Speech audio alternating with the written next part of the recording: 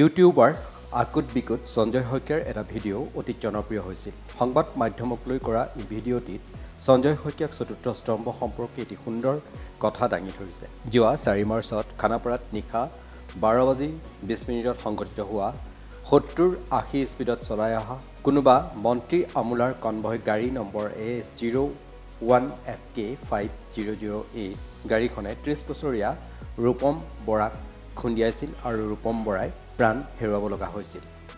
যদিও ভিডিঅ'টি হাস্যৰসৰ আছিল, কথাখিনি কিন্তু যুক্তিসংগত আছিল। আমি ক'ব বিচাৰোঁ যে সংবাদ মাধ্যমত যিমানখিনি প্ৰচাৰ হ'ব লাগিছিল, কিয় প্ৰচাৰ হোৱা নাই এই বাতৰিটি? উচ্চপদস্থ অথবা মুখ্যমন্ত্ৰীৰ প্ৰভাৱশালী হোৱাৰ বাবে সকলো স্তব্ধ হৈ আছে নেকি? কিয় বাতৰি প্ৰচাৰ নকৰিলে কওক? ক'ব লাগিব। অসমৰ জনতাই আজি জানিব কৰিলে নহ'ব। অসমৰ জনতাই জানিব বিচাৰিছে। অসমৰ জনতাক কওক, মোক ক'ব নালাগে। মোক খং কৰিলে নহ'ব। মোক খং কৰিলে নহ'ব। মই আগতে কৈছোঁ, আপোনাৰ চেনেলত এই খানাপাৰাৰ যিটো দুৰ্ঘটনা হ'ল, মন্ত্ৰী কনভয়ত যে এজন যুৱক যে নিহত হ'বলগীয়া হ'ল, সেই বাতৰিটোৰ আপোনালোকৰ চেনেলত কিয় প্ৰচাৰ নকৰিলে এবাৰো কওক? কওক। আজি অসমৰ জনতাই জানিব বিচাৰিছে, প্ৰশ্ন কৰিছে আপোনালোকক, আপোনালোকৰ চেনেলত, আপোনাৰ চেনেলত এবাৰো কিয় প্ৰচাৰ নহ'ল সেই দুৰ্ঘটনাৰ বাতৰিটো? কওক, কিবা কওক, আপুনি কওক। অসমৰ জনতাই জানিব বিচাৰিছে আজি। এনেকৈ মনে মনে থাকিলে নহ'ব। আপোনালোক হ'ল সংবাদ মাধ্যম, সংবাদ মাধ্যম গণতন্ত্ৰৰ চতুৰ্থ স্তম্ভ, সমাজৰ দাপোন বুলি যাক কোৱা হয়। আপোনালোকক সন্মান কৰে, কিন্তু আপোনালোকে যে সেই পাৰ্লাৰত যায় যে টুকুৰিয়াই যে সেই দৰ্জাত যে আপোনালোকে খটখট কৰে পাৰ্লাৰত গৈ, আৰু সেই বাতৰি যে আপোনালোকে দিনৰ দিনটো বজাই থাকে, কাৰ বোৱাৰী ক'ত গৈছি, কাৰ লগত পলাই গৈছি, কোন চেলিব্ৰিটিৰ ঘৈণীয়েক প্ৰেগনেণ্ট হৈছি, তাৰ কথা যে আপোনালোকে দিনৰ দিনটো বাৰে বাৰে যে প্ৰচাৰ কৰে। এই মন্ত্ৰী কনভয়ত যিটো দুৰ্ঘটনা হ'ল, সেই 70-80 বেগত অহা গাড়ীয়ে যিটো চিনেমাৰ ষ্টাইলত যিটো খুন্দিয়াই নিহত কৰিলে যুৱকজন, সেই বাতৰিটোৰ প্ৰচাৰ আপোনালোকৰ চেনেলত কিয় এবাৰো নকৰিলে কওক? কওক। অসমৰ জনতাই জানিব বিচাৰিছে ইয়াৰ আৰু ৰহস্য কি? আপোনালোকে কিয় নিৰ্ভীকভাৱে, নিৰপেক্ষভাৱে কিয় বাতৰি প্ৰচাৰ নকৰে? কওক, ক'ব লাগিব। কওক, কিবা এটা কওক। কিয় প্ৰচাৰ নকৰিলে? খানাপাৰাৰ যিটো দুৰ্ঘটনা, তাৰ বাতৰি প্ৰচাৰ আপোনালোকৰ চেনেলত এবাৰো কিয় নকৰিলে কওক? অসমৰ জনতাই জানিব বিচাৰিছে, কওক কি আৰু ৰহস্য কি? কিয় মেনেজ হয় নেকি আপোনালোকে? কওক। আপোনালোকে নিৰপেক্ষভাৱে বাতৰি প্ৰচাৰ কৰে নে নকৰে? যদি কৰে, খানাপাৰাৰ সেই এক্সিডেণ্টটোৰ এবাৰো কিয় প্ৰচাৰ নকৰিলে? বাকী নিউজ যে আপোনালোকে বাৰে বাৰে দেখায়, একে বিৰক্তি নাহাক লাগি যি দেখায়, চলি পলিৰ লগত যি চাবা নোৱাৰাকৈ যি দেখায় সেই পাৰ্লাৰৰ নিউজবিলাক, এই বাতৰিটো কিয় প্ৰচাৰ নকৰিলে কওক? আজি অসমৰ জনতাই মনে মনে থাকিলে নহ'ব। অসমৰ জনতাই প্ৰশ্ন কৰিছে আপোনাক, কিয় প্ৰচাৰ নকৰিলে সেই দুৰ্ঘটনাৰ বাতৰিটো এবাৰো? কিয় মন্ত্ৰী MLA যে ডাঙৰকৈ পাত মাৰিলেও যে আপোনালোকে দিনৰ দিনটো দেখাই থাকে, এই দুৰ্ঘটনাত যি এজন যুৱক নিহত হ'বলগীয়া হ'ল মন্ত্ৰী কনভয়ত, আপোনালোকে এবাৰো কিয় প্ৰচাৰ নকৰিলে কওক? কি ৰহস্য কি আছে? ইয়াৰ ৰহস্য কি? কিবা টকাত মেনেজ হয় নেকি কওক? কওক। নিৰপেক্ষভাৱে আপোনালোকে কিয় বাতৰি প্ৰচাৰ নকৰিলে কওক? ক'ব লাগিব। অসমৰ জনতাই আজি জানিব। কওক, কিবা কওক। তেনেকৈ ক'লে নহ'ব। কওক, ইয়াৰ কাৰণটো কি?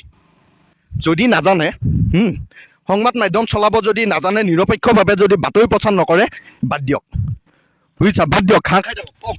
অসমৰ জনতাই জানিব বিচাৰিছে, কাৰণটো কি? এবাৰো কিয় প্ৰচাৰ নকৰে? পলালে নহ'ব। কওক, ইয়াৰ কাৰণটো কি? কাৰণটো কওক। কিয় প্ৰচাৰ? বাকী নিউজ যি প্ৰচাৰ কৰে, ডাঙৰকৈ পাত মাৰিলেও যে প্ৰচাৰ কৰে মন্ত্ৰীয়ে, মন্ত্ৰী কনভয়ত যিটো এক্সিডেণ্ট হ'ল, কিয় প্ৰচাৰ নকৰিলে? অসমৰ জনতাই জানিব বিচাৰিছে। কওক। কওক। কওক। অসমৰ জনতাই জানিব বিচাৰিছে। পৰকীয়া প্ৰেম আৰু চেলিব্ৰিটি যি কাৰোবাৰ প্ৰেগনেণ্ট হ'লেও যে আপোনালোকে দিনৰ দিনটো দেখাই থাকে, ল'ৰা ছোৱালীৰ ঘৰৰ পৰিয়ালৰ লগত যে চাব নোৱাৰি টিভি বাতৰি, তাৰ পাছত এই দুৰ্ঘটনা খবৰটো কিয় এবাৰো প্ৰচাৰ নকৰিলে? বাকী দুৰ্ঘটনা খবৰটো আপোনালোকে প্ৰচাৰ কৰে। ইয়াৰ ৰহস্য কি? বাদ দিয়ক। বুজিছা? বাদ দিয়ক। নিৰপেক্ষভাৱে যদি বাতৰি প্ৰচাৰ কৰিব নাজানে, ভয় কৰে যদি বাদ দিয়ক। কওক, কি ক'ব? বাদ দিয়ক। চাওক, একো ক'ব নিবিচাৰে। বাকী বাতৰি, দুৰ্ঘটনা, কিমান দুৰ্ঘটনাৰ খবৰ দি থাকে নিউজত।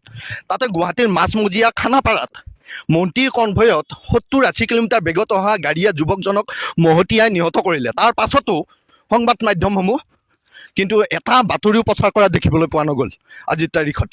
ইয়াৰ আৰু ৰৈছে কি, অসমৰ জনতাই জানিব বিচাৰিছে। এনেকৈ মুখ খেদিলে নহ'ব, মুখ খং কৰিলে নহ'ব। অসমৰ জনতাই জানিব বিচাৰিছে, অসমৰ জনতাক কওক, মোক ক'ব নালাগে। মুখ খং কৰিলে নহ'ব, কওক। মোক খং কৰিলে নহ'ব, মই আগতেই কৈছোঁ, মোক খং কৰিলে নহ'ব। অসমৰ জনতাক আপুনি কওক, অসমৰ জনতাক বুজাওক, অসমৰ সচেতন জনতাক উত্তৰ দিয়ক, কিয় প্ৰচাৰ নকৰিলে সেই দুৰ্ঘটনাৰ বাতৰিটো এবাৰো আপোনাৰ চেনেলত।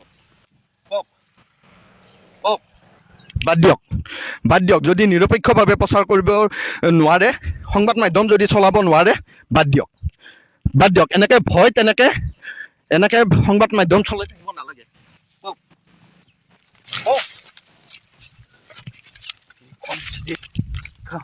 মইহে দায়ী হ'ম ক'ৰবাত। মোক খং কৰিলে কি হ'ব? মোক খং কৰিলে নহয়। অসমৰ জনতাই জানিব বিচাৰিছে আজি। অসমৰ জনতাক উত্তৰ দিয়ক। একবাৰো বাতৰিটো প্ৰচাৰ নকৰিলে, মোক খং কৰি লাভ নাই, মোক খেদিলে লাভ নাই। মই যিটো সত্য সেইটোৱে মই কৈছোঁ, সেইটোৱে কৈছোঁ। যিটো সত্য, যি দেখিছোঁ কৈছোঁ, বুজিছা? মোক খং কৰিলে লাভ নাই।